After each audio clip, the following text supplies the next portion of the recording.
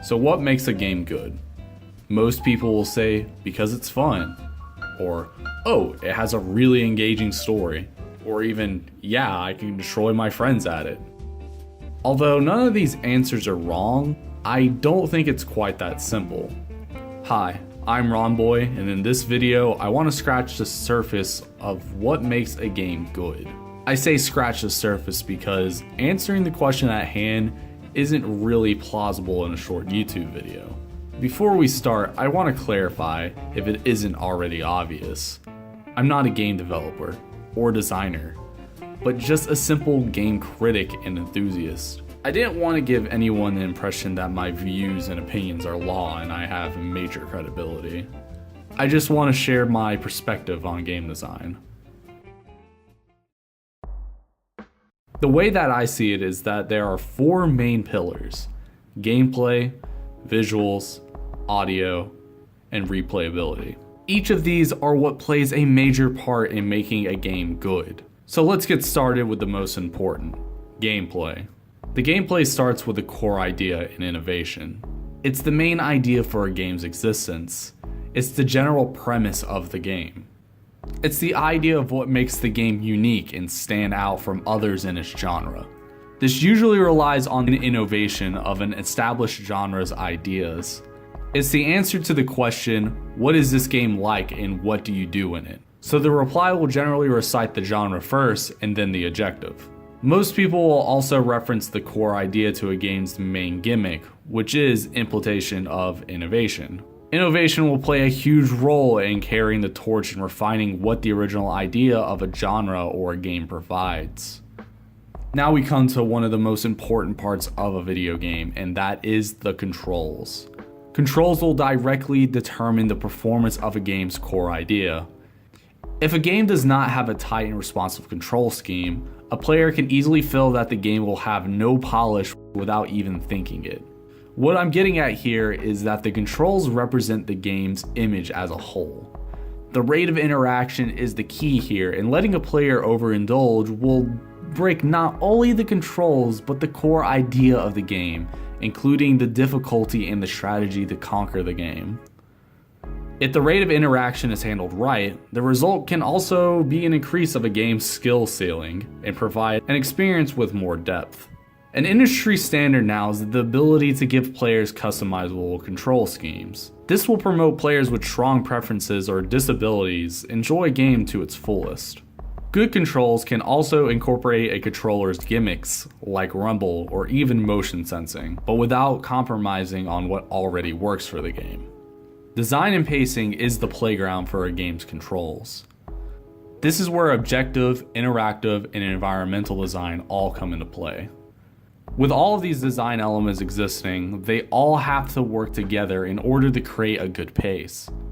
The pace of the game will also be completely reliant on the obstacles provided to a player and their tools and information to overcome them.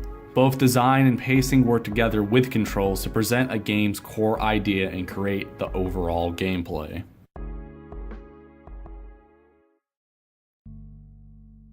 Let's move on to the visuals, starting with aesthetics, or more commonly referred to in this medium as the usage of an art style.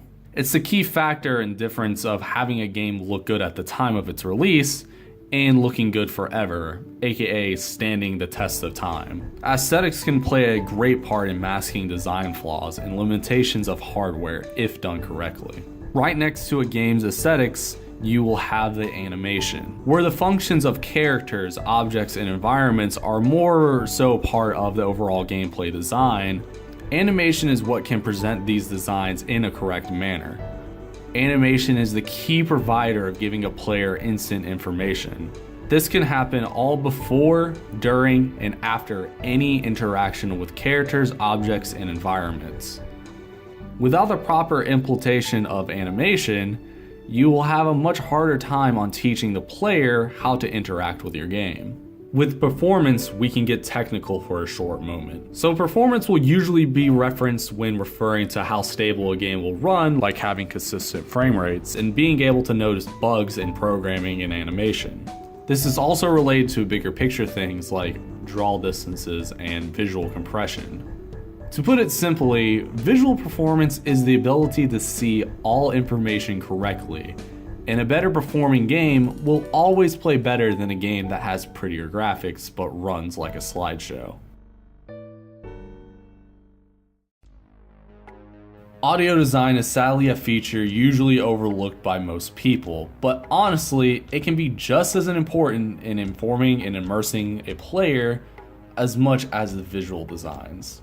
Music, plain and simple, will help set the mood and tension just like it does in any animated medium. A soundtrack that dynamically reacts to any situation does nothing but good when presenting a game and its core idea. Music is also one of the few features of a game that can easily be enjoyed outside of playing the game. So with that being said, having a good melody-driven soundtrack is nothing but a good thing, even in genres that ask for silence. Just like music, sound design in general is used to inform the player and inform them correctly. This is done by using correct timing, environmental placement, and overall sound levels. To put it bluntly, good sound design will never annoy a player. Although not a feature in all games, it is important when voice acting is part of them.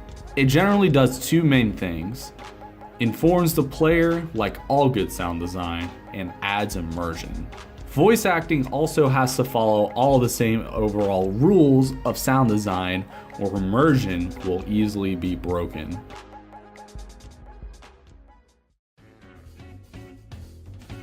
I value replayability very highly when it comes to video games. It's one of the most compelling features in competitive multiplayer games. Meanwhile, in single player games, it is still a much needed feature. Incentives are one of the biggest reasons to revisit a game. Even linear experiences. This can be done in a great amount of ways, including gameplay variation, completion, and competition, to name a few. Convenience of play is all about the ability to be able to pick up and play a game without complications.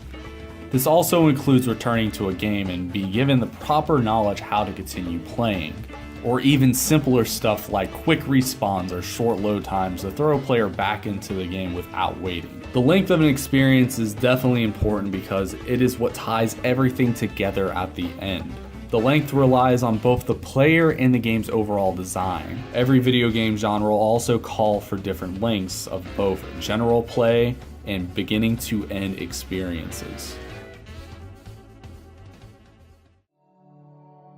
Now, I did say the four main pillars were gameplay, visuals, audio, and replayability, but there is a couple of more things that matter to a game that flows through all four pillars, and that is story and immersion.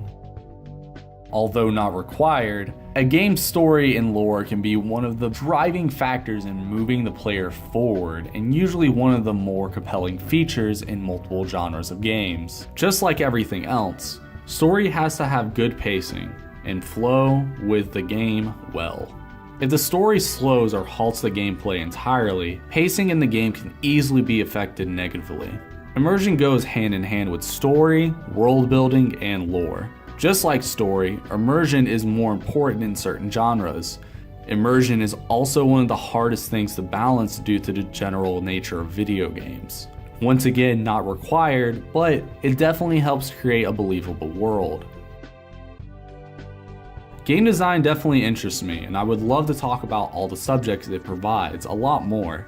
So hopefully in the future I'll be able to make time to do so. That way I can go further into detail about each of these smaller subjects. Thank you so much for watching this video. If you're interested in hearing me talk more about game design, please leave me a comment on a subject that you would like to hear me talk about. I do read all my comments and I appreciate all of them.